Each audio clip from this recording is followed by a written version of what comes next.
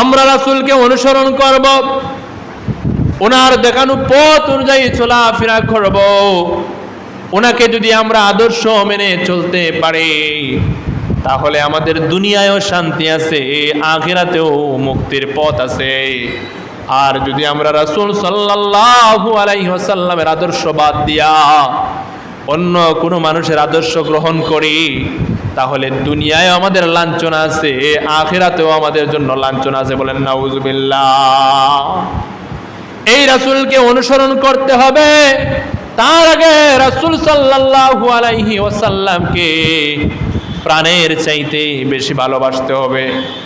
নবী আমার বলেন, লা ইউমিনু আহাদুকুম হাত্তা আকুনা আহাব্বা ইলাইহি মিন ওয়ালিদিহি ওয়া ওয়ালাদিহি ওয়ান নাসি আজমাইন।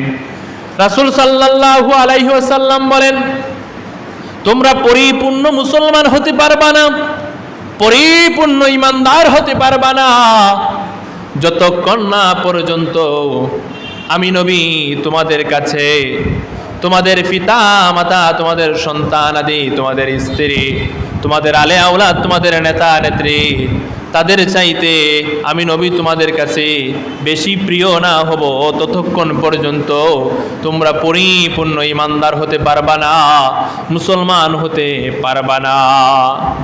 এই জন্য মুসলমানেরা রে, মুহাম্মাদুর রাসূলুল্লাহ সাল্লাল্লাহু আলাইহি ওয়াসাল্লামকে সব চাইতে বেশি ভালোবাসতে হবে। এমন ভাবে ভালোবাসতে হবে যেইভাবে সাহাবায়ে কেরামগণ রাসূল সাল্লাল্লাহু আলাইহি ওয়াসাল্লামকে ভালোবেসেছিলেন। সাহাবায়ে কেরামগণ কিভাবে রাসূল সাল্লাল্লাহু আলাইহি ওয়াসাল্লামকে ভালোবেসেছিলেন? উহুদের ময়দানে মুহাম্মাদুর রাসূলুল্লাহ সাল্লাল্লাহু আলাইহি ওয়াসাল্লাম যুদ্ধ করার জন্য গিয়েছেন। মুনাফিকের চক্রান্তের কারণে এক সময় রাসূল সাল্লাল্লাহু আলাইহি ওয়াসাল্লাম কাফেরদের দ্বারা আঘাতপ্রাপ্ত হয়ে মাটিতে লুটিয়ে পড়লেন। তারপরে হযরতে তালহা রাদিয়াল্লাহু তাআলা আনহু রাসূল সাল্লাল্লাহু আলাইহি ওয়াসাল্লামের সামনে এসে দাঁড়ায়া গেলেন। দাঁড়িয়ে যাওয়ার পরে কাফির কুফাররা মুহাম্মদ রাসূলুল্লাহ সাল্লাল্লাহু আলাইহি ওয়াসাল্লামকে উদ্দেশ্য করে টার্গেট করে তীর মারে, কিন্তু হযরতে তালহা রাদিয়াল্লাহু তাআলা আনহু রাসূল সাল্লাল্লাহু আলাইহি ওয়াসাল্লামের সামনে ডাল হয়ে দাঁড়িয়ে গেলেন।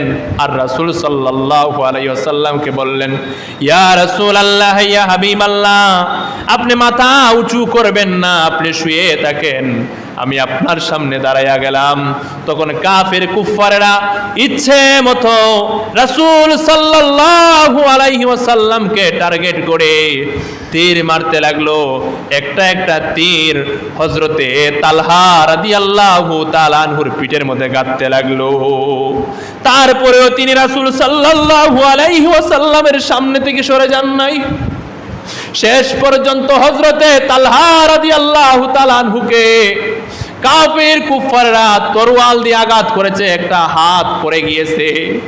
তারপরে হযরতে তালহা রাদিয়াল্লাহু তাআলা আনহু রাসূল সাল্লাল্লাহু আলাইহি ওয়াসাল্লামের সামনে থেকে সরে যান নাই। তারপরে তিনি শহীদ হয়ে গেলেন। তারপরে দেখা গেছে হযরতে তালহা রাদিয়াল্লাহু তাআলা আনহুর বুকের মধ্যে একটা নয়, দুইটা নয়, 70টা তীর এসে গেঁথে গিয়েছিল। তারপরেও মুহাম্মাদুর রাসূলুল্লাহ সাল্লাল্লাহু আলাইহি ওয়াসাল্লামের ভালোবাসায় হযরতে তালহা রাদিয়াল্লাহু তাআলা আনহু রাসূল সাল্লাল্লাহু আলাইহি ওয়াসাল্লামের সামনে থেকে সরে যান নাই। এই ছিল সাহাবীদের ভালোবাসা। উহুদের প্রান্তরে যখন রাসূল সাল্লাল্লাহু আলাইহি ওয়াসাল্লাম কাফেরদের আঘাতে রক্তাক্ত হয়ে যখন জমিনের মধ্যে শুয়ে পড়লেন, কাফের কুফারেরা প্রচার করে দিল কাতালা মুহাম্মদ, মুহাম্মদ শহীদ হয়ে গেছে, মুহাম্মদ শেষ হয়ে গেছে। এই খবর যখন মদিনার মধ্যে ছড়াইয়া পড়ল, তারপরে মদিনার অলি গলিতে যে নারীরা ছিল তারা রাসূল সাল্লাল্লাহু আলাইহি ওয়াসাল্লামকে দেখার জন্য উহুদের ময়দানের দিকে দৌড় দিল। এক মহিলা উহুদের দিকে দৌড়ায়। তখন মানুষেরা বলে, ও আল্লাহর বান্দি, উহুদের ময়দানে আর যাইয়া লাভ নাই, তোমার যে সন্তান ছিল, কলিজার টুকরা সন্তান ছিল, সে উহুদের ময়দানে শহীদ হয়ে গেছে। আরো কিছুক্ষণ যাইল, যাওয়ার পরে আরেকজন বলল, ও আল্লাহর বান্দি, উহুদের ময়দানে গিয়ে লাভ নাই, তোমার যে জন্মদাতা পিতা সে উহুদের ময়দানে নিহত হয়ে গেছে, শহীদ হয়ে গেছে, গিয়ে আর লাভ নাই। তারপরে আবার আরো কিছুক্ষণ যাইল, যাওয়ার পরে একজন বলল, আল্লাহর বান্দি, উহুদের ময়দানে গিয়ে লাভ নাই, তোমার যে প্রাণের স্বামী ছিল সে উহুদের ময়দানে শহীদ হয়ে গেছে। ওই আল্লাহর বান্দি জবাব দেয়, ও আল্লাহর বান্দারা, শুনো, আমি আমার কলিজার টুকরা সন্তানের জন্য উহুদের পাহাড়ের দিকে দৌড়াই না, আমি আমার প্রাণের স্বামীর জন্য উহুদের ময়দানের দিকে দৌড়াই না, আমি আমার কলিজার টুকরা পিতার জন্য উহুদের ময়দানের দিকে দৌড়াই না, আমি দৌড়াই আমার কলিজার টুকরা প্রিয় নবী মুহাম্মদ রাসূলুল্লাহ সাল্লাল্লাহু আলাইহি ওয়াসাল্লামের ভালোবাসায়, মুহব্বতে। বলেন সুবহানাল্লাহ। এই ছিল সাহাবীরা রাসূল সাল্লাল্লাহু আলাইহি সাল্লামকে ভালোবাসতেন। এখানে এই ভালোবাসা শেষ নয়। যখনই খবর প্রচার হয়ে গেল মদিনার অলিগলিতে যে কাতালা মুহাম্মদ শহীদ হয়ে গেছে, মুহাম্মদ আর এই পৃথিবীর মধ্যে নাই, তখন হযরতে হানজালা রাদিয়াল্লাহু তাআলা আনহু, তিনি মাত্র নতুন বিবাহ করেছেন, মাত্র বাসর ঘর করেছেন, বাসর ঘর করে গোসল করার জন্য বের হয়েছেন। এমনি সময় শুনেন কাতালা মুহাম্মদ আর এই পৃথিবীর মধ্যে নাই। তখন হযরতে হানজালা রাদিয়াল্লাহু তাআলা আনহু আর গোসল করলেন না, ঘরের মধ্যে গেলেন, গিয়ে নতুন স্ত্রীকে বললেন, ও প্রাণের স্ত্রী, তরোয়ালটা দাও, জিহাদের সরঞ্জাম দাও, যুদ্ধের ময়দানে যাব, আমার রাসূল হত্যা হয়ে গেছে, আমার রাসূল নিহত হয়ে গেছে, আর আমি আরামায়েশ করব, তা হতে পারে না, তা হতে পারে না। তিনি উহুদের ময়দানে চলে গেলেন লড়াই করার জন্য, সংগ্রাম করার জন্য। সেখানে গিয়ে লড়াই করলেন, সংগ্রাম করলেন, অনেক কাফির কুফফারকে জাহান্নামের টিকিট ধরাইয়া দিলেন। তারপরে এক পর্যায়ে তিনিও হত্যা হয়ে গেলেন, তিনিও শহীদ হয়ে গেলেন।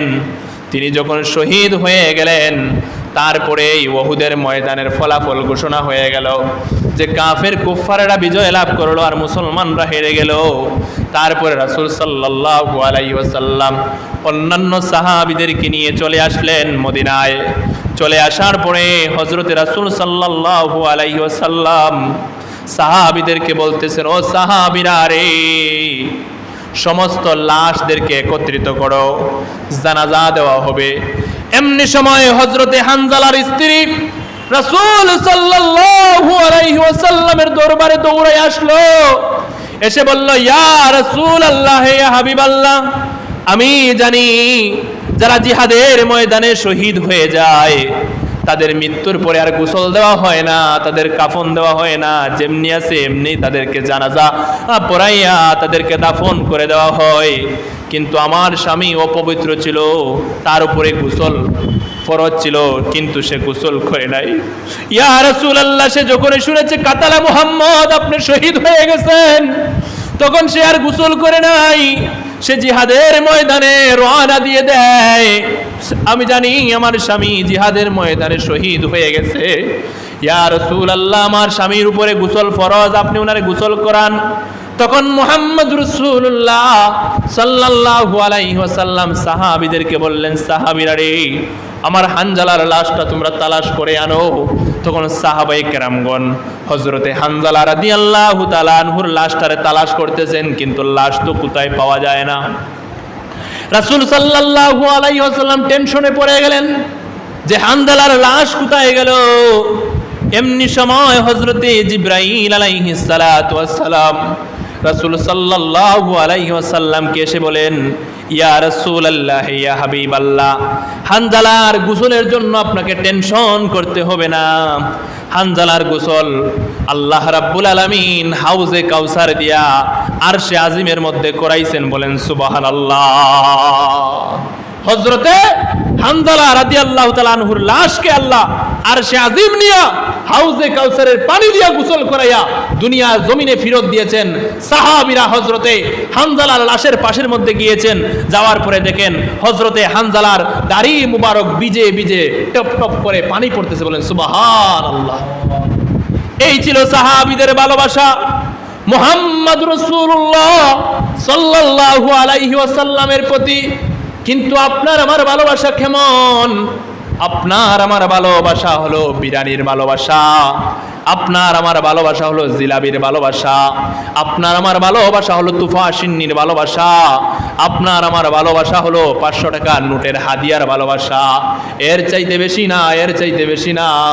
কত কাফের কুফফাররা এই জমিনের মধ্যে রাসূল সাল্লাল্লাহু আলাইহি ওয়াসাল্লামরে গালি দেয়, কিন্তু আমরা ঘরে বসে থাকি, তার শাস্তির কোনো ব্যবস্থা আমরা করি না।